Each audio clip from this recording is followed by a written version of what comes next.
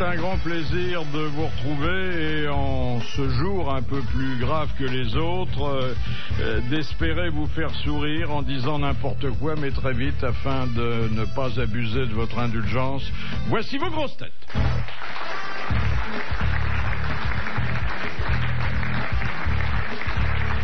Le genre d'invité à se moucher dans les rideaux et à déverser la soupière dans le décolleté de la maîtresse de maison, Jean-Jacques Perroni.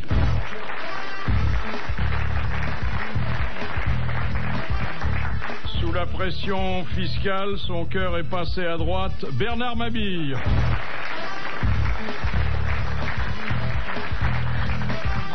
Il tient désormais le rôle délicat mais ô combien nécessaire d'aumônier des grosses têtes, Albert Algou.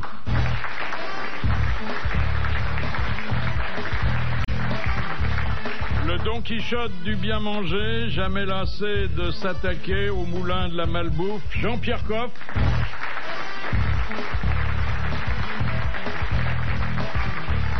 Il a possédé ou il possède un théâtre, un restaurant, un château et de nombreux contemporains, Jean-Claude Brialy.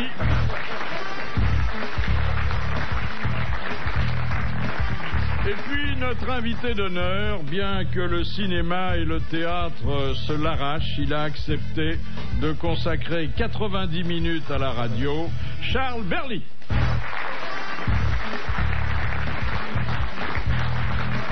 C'est vrai, c'est gentil de vous mêler à nos jeux. Évidemment, il n'y a pas de dialogue écrit, ça va vous changer un petit peu. Et puis, il y a l'actualité. Je suppose que vous lisez les journaux, hein? Oui. Oui, c'est pas gai, hein, en ce moment. Non, sinistre. Ah oui. Alors, heureusement, il y a de temps en temps un sourire. Par exemple, dans le Canard enchaîné, on voit Jean-Pierre Raffarin, qui est encadré par Roselyne Bachelot et Luc Ferry, et qui dit... si quelqu'un a l'intention de faire une gaffe, il devra m'en parler avant. Ok, ça c'est juste, il a raison de se méfier. Hein. C'est ça, on appelle ça la cohésion gouvernementale. Et il puis, a une tronche de perroquet, Raffarin, un peu. Hein. Vous trouvez? Ah, il a un nez de perroquet, oui. Oui. Ils auraient dû le coller au perchoir à l'Assemblée. En tout cas, bon, depuis l'écroulement du Parti communiste, il dit jamais ça va coco, il s'en fout, visiblement. Hein, vous avez vu la leçon qu'il a tirée des mésaventures de Jospin et lui, il a mis les bottes, il a pas mis de cravate, il a mis la parka, tout ça. Enfin, souvenez-vous, Jospin, il fallait le porter avec ses escarpins. Va porter Raffarin, il faut être costaud quand même. Ça c'est vrai. Il faut demander à Treuil, hein. Ou Bachelot. Oh, Bachelot. Elle met des talons aiguilles et elle trouve du pétrole. Et puis il a demandé aux Français d'aimer leurs paysans. Voilà. Après le cul des vaches, le cul des fermières. C'est très RPR, ça. Non, mais il a dit qu'il allait verser une prime à l'herbe de 45 € par hectare. L'herbe confuse. Non, pas l'herbe confuse, mais non. Oh, bah c'est con. L'herbe qu'on broute. Hein. Je suis vraiment confus, monsieur Berline, que ça commence comme ça. J'ai pas théorie. Oui. En plus, c'est pas de la plus grande distinction. Vous me direz que le titre de votre dernier film, Fille perdue et cheveux gras, c'est aussi un peu provocateur. Tout à fait. Ouais. D'ailleurs, on va griller, ça sera homme gras, cheveux perdus. Et puis, vous savez que Jean-Jacques Ayagon, qui est notre nouveau ministre de la culture et de la communication, et qui était hier soir au premier rang pour applaudir Jean-Claude Brialy avec Bernadette Chirac. Non, enfin c'est Ayagon et Bernadette, c'est pas Jean-Claude et Bernadette, c'est Jean-Claude et Lynn Renault. Énorme succès, salle brillante. Eh bien, Jean-Jacques Ayagon avait demandé à 38 experts de plancher sur la question de la pornographie à la télé. Et à en croire Charlie Hebdo, ils ont rendu leur rapport, mais le ministre n'a pas réussi à décoller les pages. Voilà. Ils ont le poignet dans le plâtre. Star Academy, le Loft, tout ça. Non, finalement, c'est peut-être un mal nécessaire, Père Algou, non? Mais je pense que c'est éducatif pour les jeunes. Moi-même, je visionne beaucoup de cassettes au patronage et je montre ce qui est décent et ce qui l'est moins, ce qui est conforme à la disons, à la rigueur morale et ce qui ne l'est pas. Mais toutes ces tenues immodestes que l'on peut voir dans d'autres émissions sont proches de la pornographie. Je pense effectivement au Loft et à Star Academy et à l'île de la Tentation, etc. Oui, mais Il faut regarder Garonne, mon père. Oui, Garonne, c'est bien. Ça coule doucement. C'est quoi, Garonne? Qu'est-ce que c'est? Qu'est-ce que c'est? C'est Un quoi, feuilleton. Garonne? Ah, j'ai pas vu. Vous avez participé à des feuilletons de télé déjà, non? Des feuilletons, non, jamais. Non. À part Jean Moulin, c'est un feuilleton, mais enfin, qui s'arrête à un moment donné. Attendez, Jean Moulin, c'est à une autre altitude. Ouais, ouais. Hein. C'était magnifique. Il va y avoir la suite. Jean Moulin, Jean Moule 2. C'est ça, oui. Véronique, vraiment. Ah non, mais c'était difficile à faire, Jean Moulin. Vous lui ressembliez un petit peu quand même. Je Hein. sais pas, mais c'était en tout cas un rôle absolument, pour moi, très important. Même, oui, c'était vraiment un des grands rôles de ma vie. Ça, j'en suis Puis sûr. une carrière qui se termine au Panthéon, c'est réussi quand même. Hein. Alors, Jean-Claude Brialy, vous avez été cette semaine le héros d'une soirée qu'on n'avait pas vue depuis longtemps, à la fois... heureux que la pièce soit belle, parce que la soirée, ça dure une fois. Racontez à la France d'en bas. Écoutez, je vais vous dire, si la France d'en bas, elle était à l'orchestre, évidemment, mais là, c'est le contraire. Hein. C'est les gens d'en bas qui sont en haut et les gens d'en haut qui sont en bas. C'était une salle exceptionnellement brillante, avec une démonstration de talent d'acteur non moins brillante. Alors, si vous voulez bien, cher Jean-Claude, qui êtes des nôtres depuis toujours, si vous voulez bien accepter d'être dans quelques jours mon invité d'honneur. Oh, monsieur Philippe. On parle de vous, vraiment. Monsieur Philippe. Pour aller au fond des choses, Oui, monsieur oui. Jean-Claude. Oui, j'aime bien qu'on aille au fond des choses. Ah, oui. Mais notre invité d'honneur Non, aujourd'hui, c'est c'est Charles Berling. Alors, est-ce que vous regrettez, Charles Berling, l'époque où vous faisiez surtout dans le comique? Non, pas du tout. Non seulement je le regrette pas, mais j'y reviens de plus en plus. Et avec beaucoup de plaisir. Là, ça a commencé d'ailleurs au théâtre avec Cravate Club. Je dirais pas que ça va continuer avec Hamlet, mais pas loin, parce que Hamlet est aussi une pièce drôle, mais... Hamlet est une pièce drôle. Aussi, oui, il y a des tas de choses qui sont très drôles dans Hamlet. Ah oui? Il y a beaucoup de moments qui sont très très Mais drôles. Roger Hanin était très drôle, là, Othello. Ah oui. Moi, je Mais l'ai drôle volontairement? Les deux. J'adore faire rire. Oui. Quand c'est possible, quand j'y arrive, parce que c'est Eh bien, difficile. écoutez, cet après-midi, ne lésinez pas, parce que Ah non, on mais a la un radio, public c'est- pour ça, hein. Oui, mais c'est difficile. Moi, j'ai un comique visuel. Ah oui? Non, j'ai inventé. On m'avait dit quand j'avais fait l'ennui que j'avais inventé un genre. C'était le comique sexuel. C'est-à-dire comme on était au Mexique à l'époque où on présentait le film et il y avait des salles de 2000 Mexicains qui étaient pliés de rire. Quand, je sais pas pour ceux qui ont vu le film, quand ils voyaient mon personnage qui se ruait encore une fois Sur la pulpeuse Sophie sur la Guillemin. pulpeuse Sophie Guillemin. Mais les Mexicains, j'ai jamais vu quand il y a 2000 personnes mais ils étaient pliés en deux de rire, ils n'en pouvaient plus. Et à la sortie de la projection, on m'a dit tu vas inventer un genre, c'est le comique sexuel. Alors, quelle est la définition du comique sexuel? C'est-à-dire qu'il faut faire rire avec ses attributs. Ah oui? Là. Alors justement, ça m'amène à vous Les dire, oreilles de Mickey. est-ce que c'est pour être reconnu de dos par le public que parfois vous montrez vos fesses? Pas du tout, c'est parce que je pense que c'est pas, d'abord a priori au départ, je pense que c'est pas plus grave que ça de montrer ses fesses, mais c'est surtout qu'il y a des rôles qui ont besoin de vos fesses, quoi. Un rôle d'autres d'ami. de vos oreilles, d'autres de votre nez, ou je ne sais pas, mais il faut pas choisir. Pour moi, je pense qu'il faut pas choisir ses rôles en fonction de. Non. En se disant non, je veux pas ci, non, je. Vous je montrez pense vos que- fesses pour être reconnu par vos pères. Oh là là. Oh là là, mais qu'est-ce qu'il nous fait? Il nous fait un petit coup de calcaire. Oh là là. Quel Enfin, il faut rapport avoir un beau cul, quand même, hein. Quel rapport entre la voile, le pilotage, le parachutisme et le métier d'acteur que vous pratiquez également? Le mouvement. Oui. Ben oui. Ça se pratique dans des espaces volatiles, Oui. des espaces Le où les mouvement, choses s'échappent, il n'y a rien de solide. Pour Et la quand on voile, est il faut acteur- qu'il y ait du vent, hein. Mais. Ben oui, mais Oui. non, mais la voile, c'est-à-dire que sur un bateau, on est toujours ça bouge tout le temps. Et, Oui, oui. c'est rare. C'est bien ce que je leur reproche. Pourquoi haïssez-vous les dimanches? Parce que je sais pas, je m'y ennuie, parce que la vie c'était un peu... Parce Il y a le jour du Seigneur à la télé. quelque chose, voilà, ça me rappelle... Le seul jour. Non, c'est parce que peut-être ça me rappelle la messe où j'allais tous les matins. Voilà. Ah oui. Justement, c'est un bon souvenir. Tu devrais- J'ai eu quelques jours où c'était des très bons souvenirs. Tu n'as pas servi la messe? Non. Les burettes, tout ça. Voilà. Il n'est jamais trop tard pour reprendre le collier. J'ai noté dans la burette. Ah oui? Ouais. Oh, ça intéresse Jean-Claude. Oui. Pauvre Charles.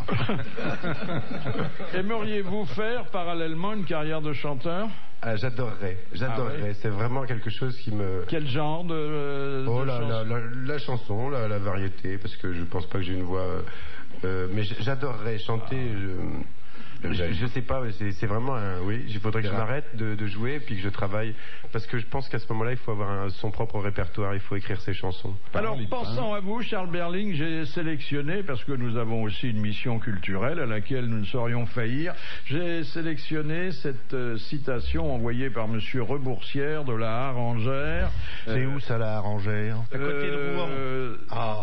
Je pense que c'est dans la région de Condé-sur-Escaut, puisque c'est maintenant là. de Rouen, je vous dis. Ah bon? Voilà. Personne ne t'écoute, Jean. On fait le marché là-bas. Vous demandez où c'est, je vous Oui, réponds. il y a des glissements de terrain. Hein. Oui. Bref.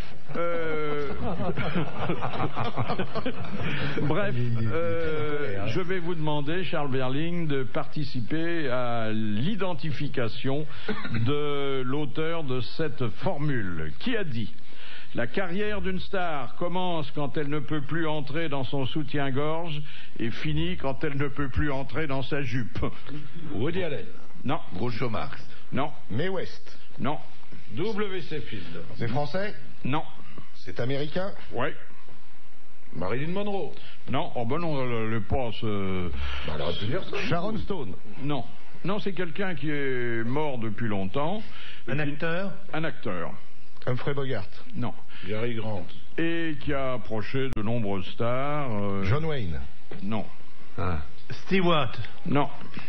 Et qui avait des formes alors qui lui permettaient Ah, plus... c'est une femme, mais ouais. Orson Welles. Orson Welles. Ah, bravo. Yes! Bonne réponse de Charles Berling. Je vous ai un peu aidé, mais très peu. Bien. On continue? Ouais. Il y en a On d'autres? avait bien défriché le terrain. Ne t'énerve pas, tu gagnes rien. Hein. Bon, en voilà une On y deuxième. prend goût, hein, tout de suite. Bon, alors en voilà une deuxième qui envoie Monsieur Sénac de Chantilly, qui a dit... C'est où Chantilly? À côté de Rouen. C'est au-dessus de la pêche. Qui a dit: les enfants sont comme les paix, on ne supporte bien que les siens. Frédéric Dard. Frédéric Dard. Excellente réponse de Jean-Jacques Perroni. Est-ce que vous ratifiez, Monsieur Coff, vous qui êtes notre expert en flatulence? C'est gentil. oui. Ah, vraiment, quelle rentrée. Vous m'emmerderez pas pendant un an comme ça, hein, je vous le dis tout de suite. Hein. Non, on fera un peu d'air frais.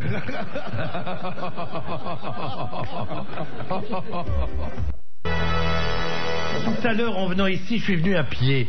Il y a un gardien de square devant le théâtre Marigny qui m'arrête et qui me dit: vous savez que je mange bio? Non, je lui dis: c'est très bien, c'est cher, mais c'est très très bien. Et il me dit: oui, mais je comprends pas. J'ai mal là, en bas dans le coin, comme ça, sur l'aine, et des deux côtés. Alors je lui dis: mais vous avez été voir un médecin? Alors, tout va bien. Je me suis fait faire une rectoscopie, etc. Mais tout va très bien. Vous avez quelqu'un que vous connaissez pas. J'en ai Hein. vu, évidemment. Et je lui dis: mais vous n'avez pas un problème de gaz par hasard? Il me dit: c'est possible. J'ai beaucoup de mal à les lâcher. Et je lui dis: est-ce que vous, j'ai une conversation pratiquement médicale. Est-ce que vous poussez pour essayer de les expulser? Il me dit: non, parce que j'ai très très peur. Mais je lui dis: vous avez une bonne alimentation, donc normalement ça devrait être du pain sec. Oh, les consultations du Dr Coff dans les jardins de Marigny. Ça, Tu l'as envoyé rue de la Que Paix. c'est vrai. Alors je lui dis: mais allez consulter votre médecin. Le médecin me me dit que c'est normal que j'ai des gaz. Mais je lui dis oui, mais il vous a dit qu'il fallait les expulser. Vous pouvez pas les garder à l'intérieur, c'est très mauvais pour la santé. Je vais essayer. Qu'est-ce que vous me conseillez? Vous pétez, nom de Dieu. Pétez. Avec le plan Vigipirate, ça va se terminer mal. Non, je leur ai dit, allez en paix. Mais attendez, Docteur Koch, c'est l'utilité nationale. Un gardien de square, t'aurais dû lui conseiller de remplacer son sifflet par ses paix. Comme ça toute la journée, le petit dans l'herbe là. Viens ici au pied. Surtout qu'un gardien de square, il incommode personne, ça se perd dans la nature. Hein. Mais il y a toujours ce mauvais réflexe des gens qui osent pas péter. Oui. Le paix est honteux. Voilà. Oui, mais il n'y a pas de honte à Mais ça. pas du tout. Et figurez-vous que j'étais dans un hôtel à Nancy dimanche soir. Je rentrais d'une journée de travail. Il a consulté le barman. Tu connais l'hôtel? Il est un pétard. Ce très joli ascenseur en bois, très élégant. Et j'allais au 4e. J'étais seul. Je rentre dans l'ascenseur. Et là, je me lâche. Mais d'une façon... J'avais presque honte. Et pourtant, je suis pas boudeur en face du truc. Et là, je les envoie, des perles qui arrivaient les unes derrière les autres. Et ça sentait, c'était insupportable d'odeur. Moi-même, qui suis pourtant très friand de ma propre odeur, là, j'étais presque gêné. 2e étage, arrêt brutal. Quelqu'un rentre. La dame dit bonjour, monsieur Koch. Je ne savais plus où me fourrer. Ça sentait tellement mauvais que je ne pouvais pas assumer mon propre fait. Alors que d'habitude, très D'autant sincèrement... que la personne qui vous a salué en entrant dans l'ascenseur était aveugle, peut-être, non? Non, enfin, vous savez bien que les paix ne font pas de buée, c'est discret la salissure calsonesque. Mais elle a été indulgente, elle a mis ça sur le compte de la laine. L'odeur perdure quand même un moment. Hein. Ah oui, ouais. Ça c'est sûr. Celle-là, j'avais mangé du pâté de campagne, des choses comme ça. Et alors, Quelques oignons. La charcuterie impose une libération des gaz discrète.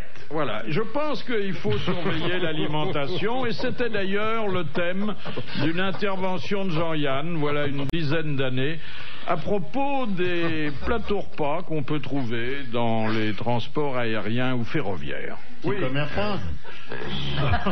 Air France, ils vont très très vite quand ils sont à l'air, mais il faut qu'ils décollent. C'est tout le problème. Quand on dit les avions c'est long pour la New York, non c'est pas long pour la New York. Moi, si vous restez 12 heures dans l'avion, attendant, on vous fait descendre, on vous fait remonter, on vous fait descendre, on vous fait remonter.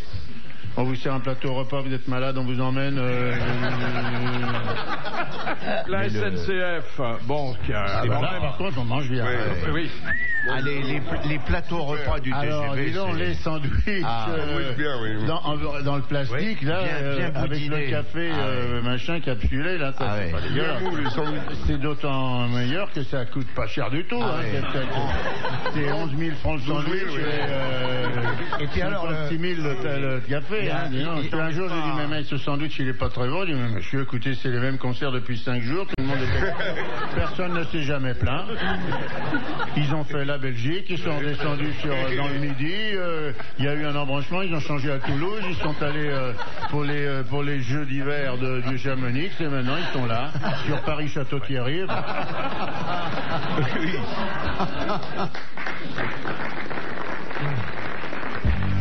Une question de M. Félix de Poitiers. Au XVIIe et au XVIIIe siècle, pourquoi les fidèles apportaient-ils avec eux de faux livres de messe en faïence? Pour faire pipi. Pour se réchauffer les mains. Pour se réchauffer les mains. Parce que pour faire pipi, c'était le fameux bourdalou. Le bourdalou, oui. Les discours C'était interminable et dur pour la vessie, les sermons de bourdalou. Donc, il fallait quand même satisfaire à des besoins naturels. Alors que Jean-Pierre Coff l'a très bien dit, le faux livre de messe rempli d'eau chaude vous réchauffait les mains. Bravo Jean-Pierre Coff.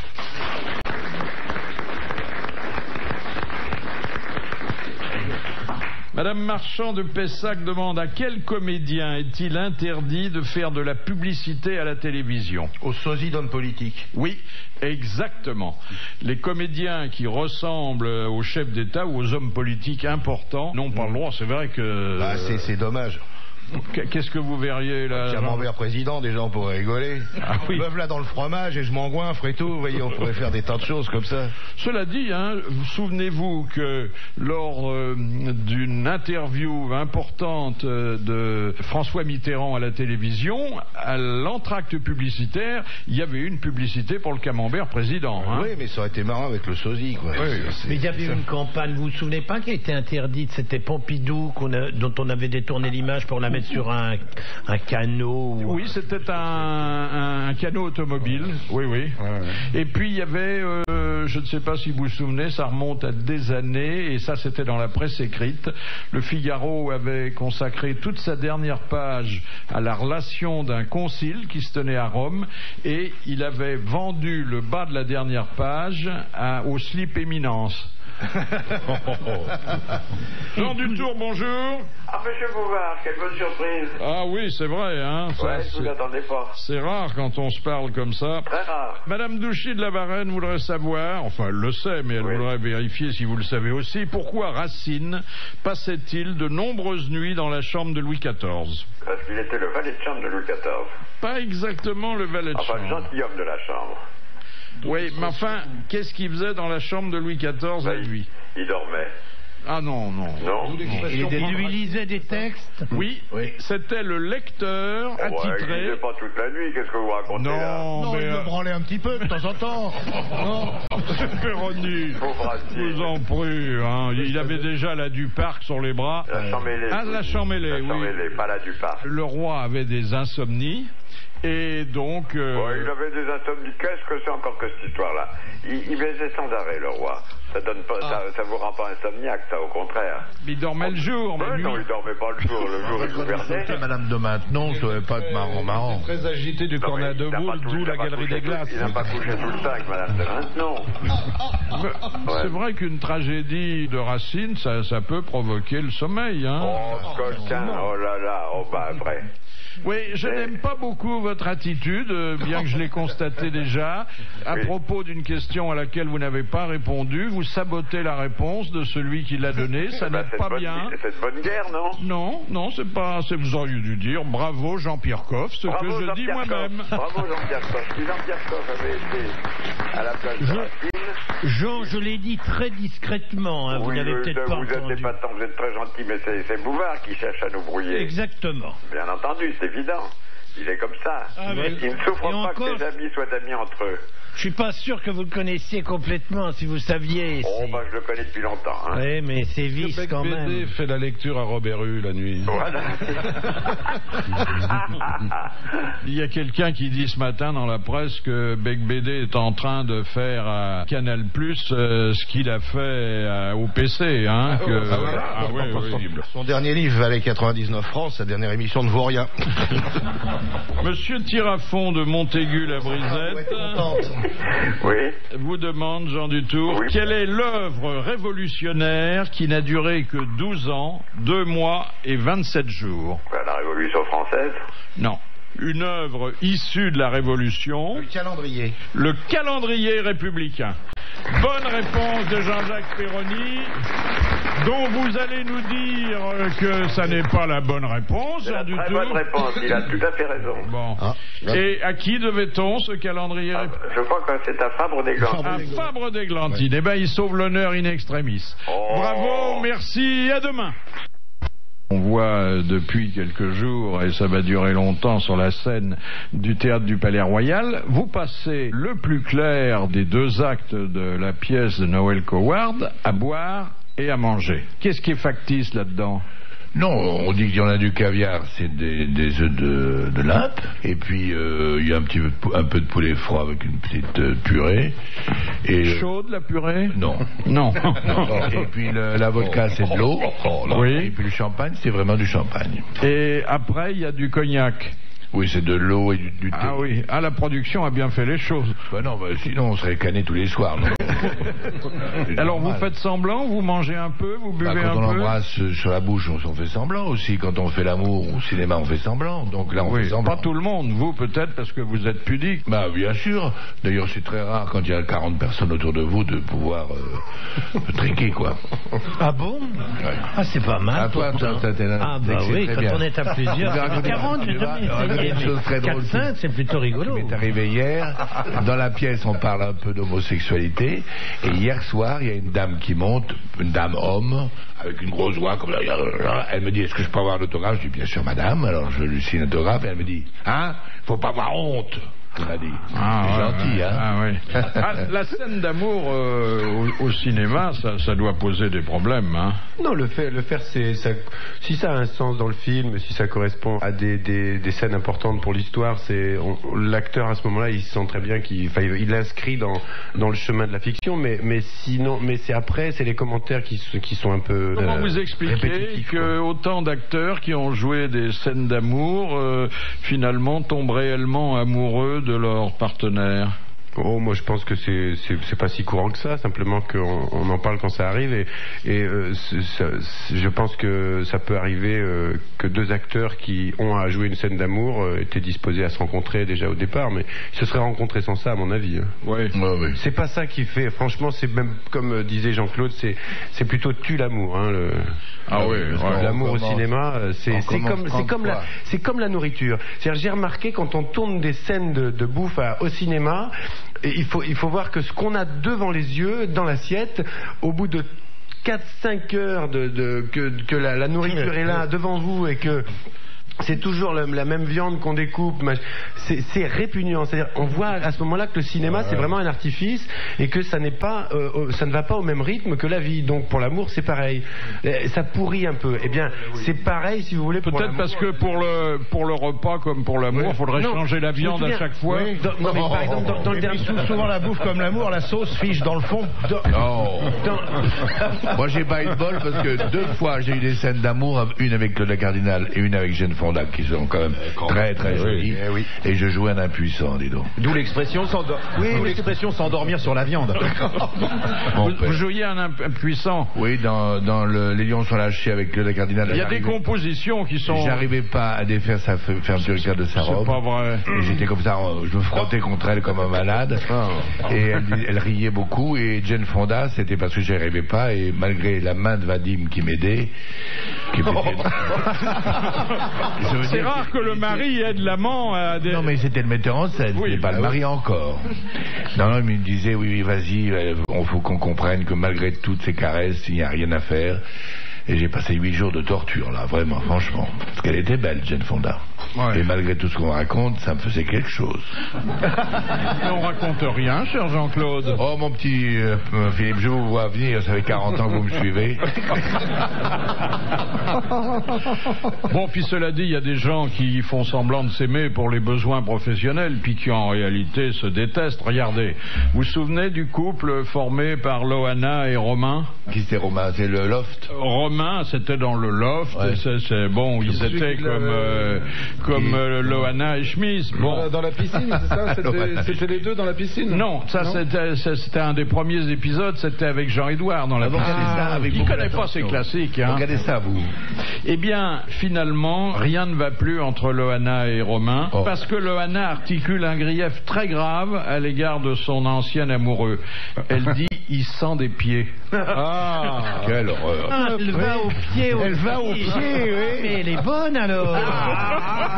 Elle connaît les trucs du pied. Non, mais regardez, ça va même plus entre Camilla et Charles. Oh, ils sont des oreilles, lui. Qu'est-ce qu'il y a?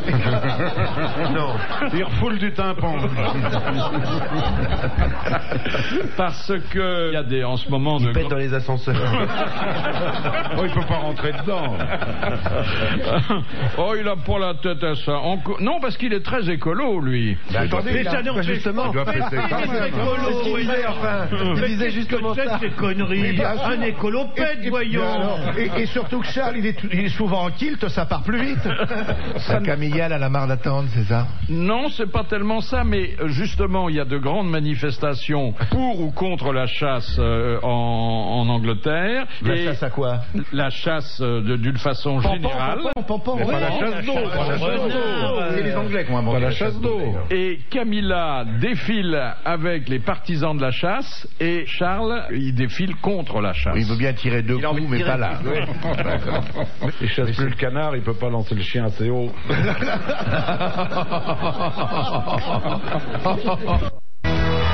Une autre bonne nouvelle également d'ordre scientifique, et la station et moi-même nous apprécierions qu'elle ne dérive à point. Ouais, bah, ça va être il y a maintenant une technique de triage des spermatozoïdes. À la main. À la main.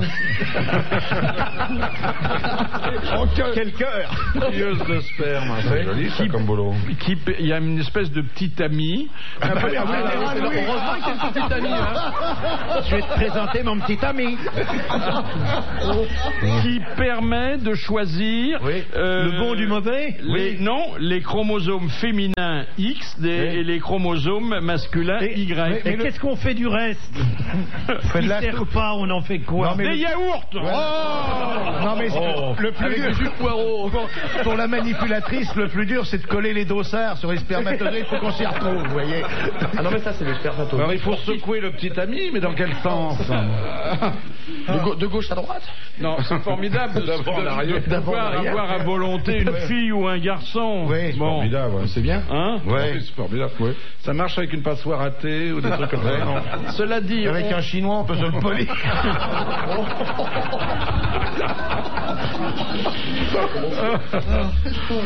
Donnez-nous d'autres nouvelles, Philippe. Eh bien, à Hambourg, un bébé géant est né. Il pesait 7 kg 800 et il mesurait 62 cm. Il n'est pas sorti par l'orifice normal. Elle a dû sentir penser, ma mère. Hein.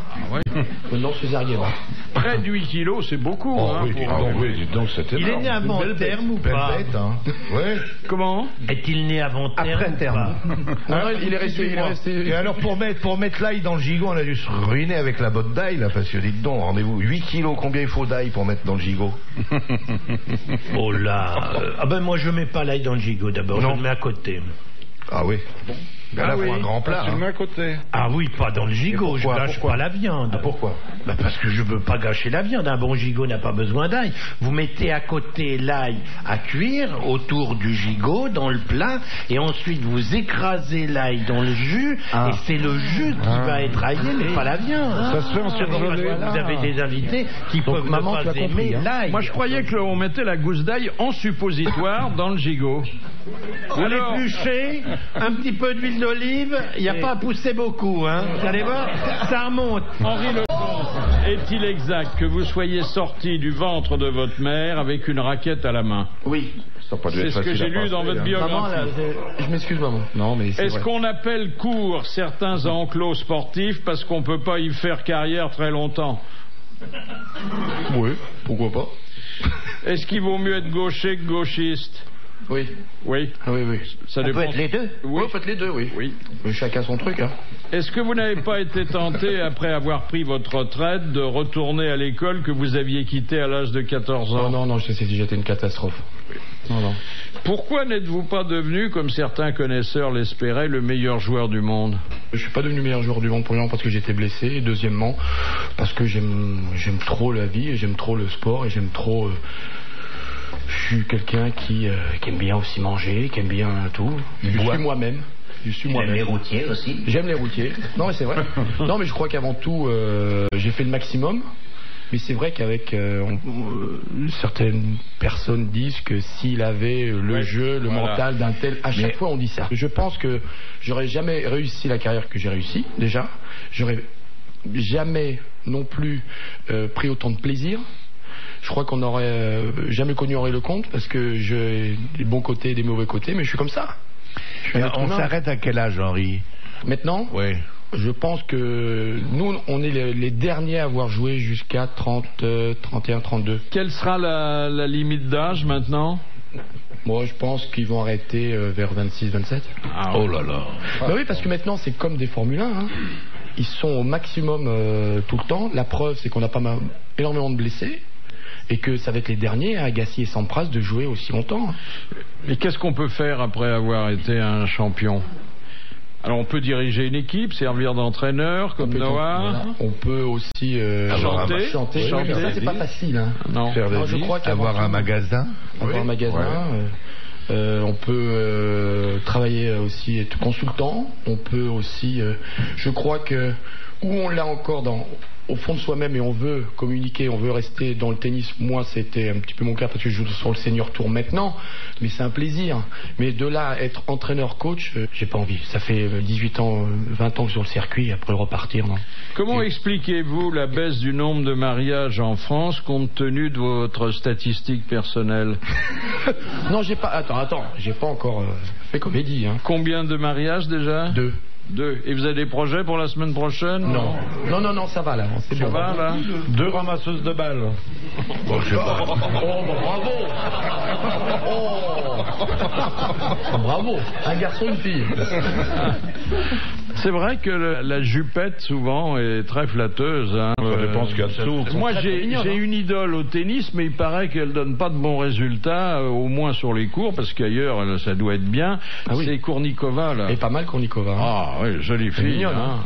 Mais il paraît que c'est pas une championne. Enfin, la raquette à la main. La raquette à la main, elle a pas gagné un tournoi. Non. Elle a fait une finale, c'est tout. Ah, elle aurait mérité mieux. Hein. Ah oui. Mais bon. J'aime bien quand elle laisse tomber des balles comme ça. Oui, non, mais j'ai eu la chance de pouvoir jouer avec elle, c'était très sympa. Alors, en mixte. Mais dans ce cas-là, vous auriez des patates au fond du filet.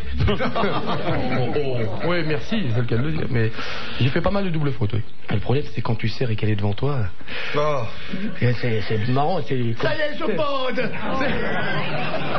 C'est comme tout à l'heure, il nous faut absolument le jus de poireau. Hein, c'est ce qu'on appelle le pénis et le beau, dont je parle régulièrement. Il vient de faire un gros lobe. Question de sport de Monsieur Milano. Quelle est la dernière catégorie de boxe qui a été créée en 1987? La boxe taille. La boxe thaïlandaise. La taille. Le boxe pour ma voiture. Non. Une catégorie de boxe. Le kickboxing. La boxe française. Mais non. Qu'il en est au brigade du tigre. Qu'est-ce que c'est que ce geste que vous venez de faire dans ma direction? Mais vous n'allez pas en plus maintenant faire des gestes. Non, je sais bien qu'à la radio c'est du gâchis. Mais oui, mais justement, c'est parce que vous n'oseriez pas si on nous regardait. La boxe féminine. Je vous présente mes excuses. Je les accepte, c'est bien. Ne recommencez pas. La boxe. Oh, c'est terrible.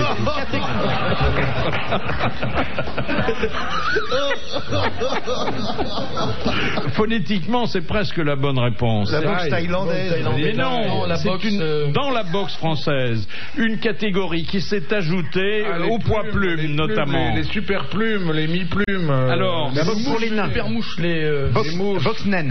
Non. C'est pour ceux qui pèsent 42 kilos et des poussières. Moustiques. Et qui sont donc... C'est mouche. Non, les mouches font plus de... Les moustaches. Non, je me cours, moi alors. C'est la boxe portugaise, ça. Oui.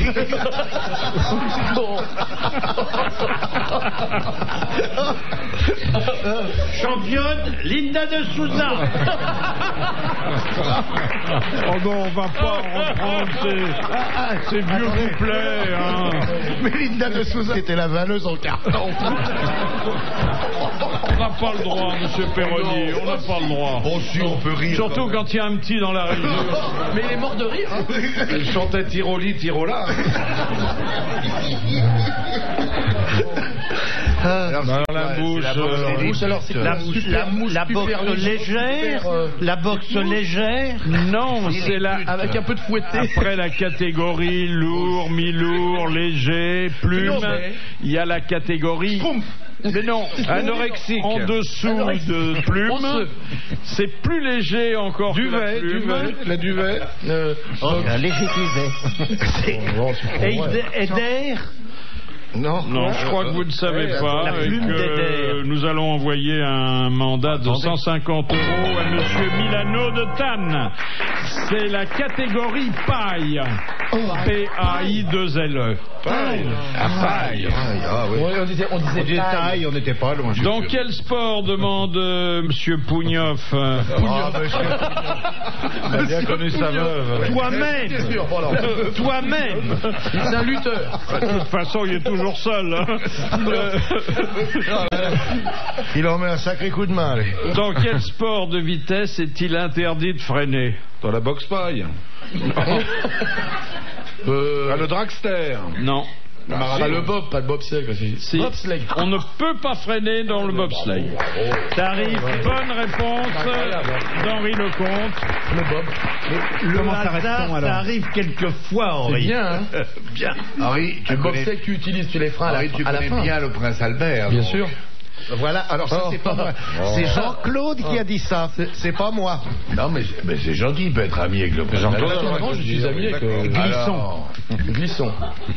Ils sont 4 dans la capsule, hein, je crois. Non, ils peuvent être 2. Vous parlez des spermatozoïdes de tout à l'heure? Non, ils sont 2, non? Non, 2 ou 4. 2 ou 4. Les rois du patin. Nous, on préfère être 4. Hein? Nous, on veut être 4. Oui. Question de Monsieur Brizouille. C'est un nouveau, celui-là. Brizouille. Il a un bel avenir parmi nous. Ah oui, je crois. Il est doux, celui-là. Il habite Mésidon. Mésidon. Monsieur Brizouille de Mésidon. Oui, c'est joli. Mais Mésidon. On dirait un Il titre demande de la qu'est-ce que la psychokinèse récurrente spontanée. Oh là là. Transmission de pensée, il a dit. Non. La masturbation? Non. Le déplacement des objets. On reste dans le sujet. Non, c'est la télékinèse. La Je télétransportation garantis des objets. que c'est un sujet assez passionnant, très controversé. Télépathie? Télépathie, oui. Non, ça rentre dans la catégorie des phénomènes paranormaux. Oui, hein. C'est les types qui les gens qui cassent les cuillères, enfin les tordent, etc. À de distance, loin. Le déplacement des objets à distance. Non, vous pensez la Uri Geller? Non. Oui, non, c'est pas ça. Tourner des tables. Non. Déplacer les armoires. Faire apparaître des spectres comme les médiums. Non. Faire apparaître des spectres dans la télévision. Non. Revoir Jeanne Calment à 20 ans. Redites-nous, Philippe. Psychokinèse récurrente spontanée. Faire parler des morts. Ça permet de soigner. C'est récurrent. Récurrente, ça a rapport avec une femme de ménage, non? Kinèse, on déplace les choses avec l'esprit. Oui, exactement. Vous venez de le dire. Voilà. Et je vois que vous êtes très bon en étymologie Et bien grecque. sûr, en sémantique, en racine, au football aussi, au basket. Vous avez donné la définition. Ça consiste à déplacer des objets inertes par la seule force de l'esprit. Oui. Voilà. Alors évidemment, Pour les déménagements, c'est pratique. Vous comprenez pourquoi c'est sale chez Loana, parce que même un balai, il se déplace pas avec elle. Il y a des actrices qui font ça? Non, mais je connais des actrices qui préfèrent d'être déplacées. non, cela dit, hein, les opinions divergent, ce qui fait beaucoup même pour Loana, parce que très souvent les expériences ont lieu dans la pénombre et il y a c'est ce qui se passe. Hein. Il y a des petits fils parfois qui traînent. Ouais. Dernière citation. Envoyée par Monsieur Lucas, qui a dit: une paire de lolos bien gonflés, c'est comme un ballon de foot, ça rebondit toujours mieux dans l'action. Thierry Roland. Bonne réponse d'Albert Algou. Merci à Henri Lecomte d'être venu rire avec nous. À demain.